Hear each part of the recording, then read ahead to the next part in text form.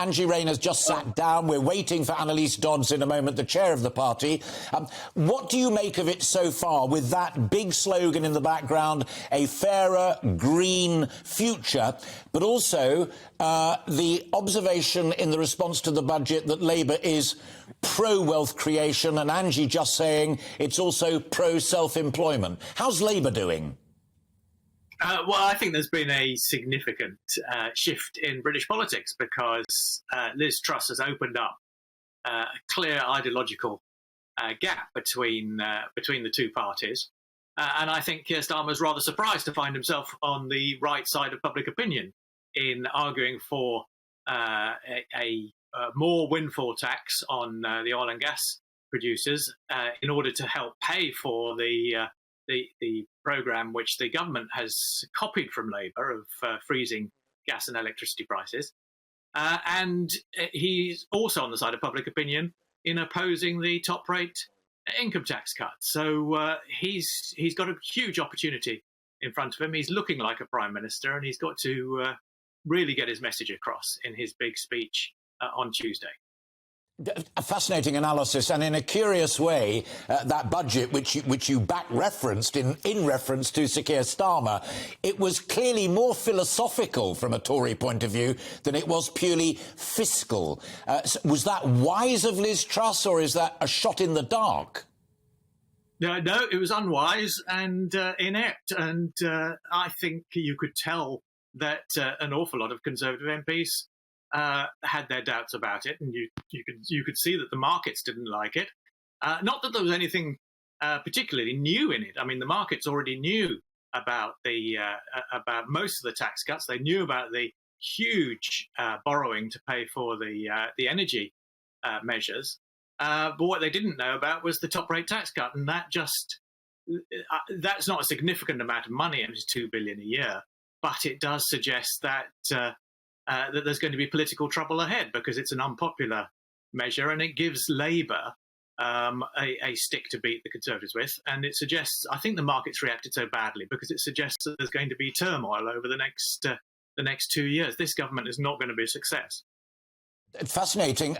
You say turmoil. I mean, my understanding of the market reaction was a bit more old-fashioned, and that was that they were terrified by the amounts of money that this government is going to have to borrow to fund those tax cuts, and crucially to fund that help to all of us and now business, thanks to Jacob Rees-Mogg, with our energy prices. Isn't that what's really terrifying the markets and pushing the pound down towards parity?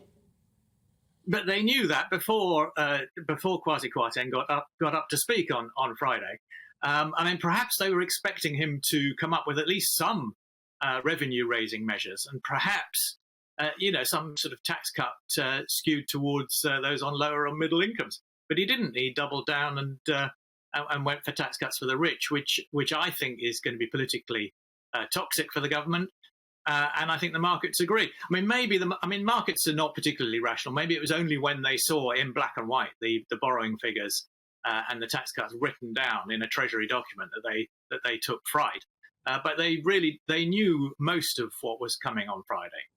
Yeah, I take that point. I mean, what none of us knew was coming on Friday was that she would actually do, Liz Truss and her Chancellor Kwasi Kwarteng, exactly what they'd said they would do during the leadership campaign. Throw out the Treasury orthodoxy, slash cuts, go for growth. I mean, maybe the markets thought, blimey, we've got a political leader now who actually does what she says. And what's more, John, she says she doesn't care about those criticisms. She thinks she's right and she's going to stick to her guns. Well, that's exactly the sort of thing that will spook the markets because they've realised that she actually means what she says, and she is prepared to do as nonsensical and politically damaging things as she said she was. They assumed that once she became leader, she was going to start tacking towards the centre and towards giving swing voters in marginal constituencies what they want. But instead of coming up with tax cuts for people on lower middle incomes, every single measure in the budget was something that those on higher incomes benefit more from than those on lower incomes. And that, I think, it was the political ineptness of that really scared the markets. Final point, John, and just reminding folk listening to our conversation, you've written eloquently and extensively about Tony Blair and know him very well. What's Sir Keir Starmer got to do to retake the ground that Tony Blair once occupied, when Tony Blair seems to be as much a source of ideas for Labour right now, as indeed does Gordon Brown on things like reform of the House of Lords?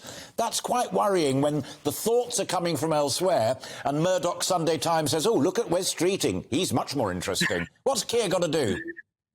Well, I don't think he needs to worry about Wes Streeting at the moment, because he cannot believe that the Tories have just vacated the centre ground. I mean, this time last year, the Labour Party looked as if it was searching desperately for a problem that the nation might want it to solve.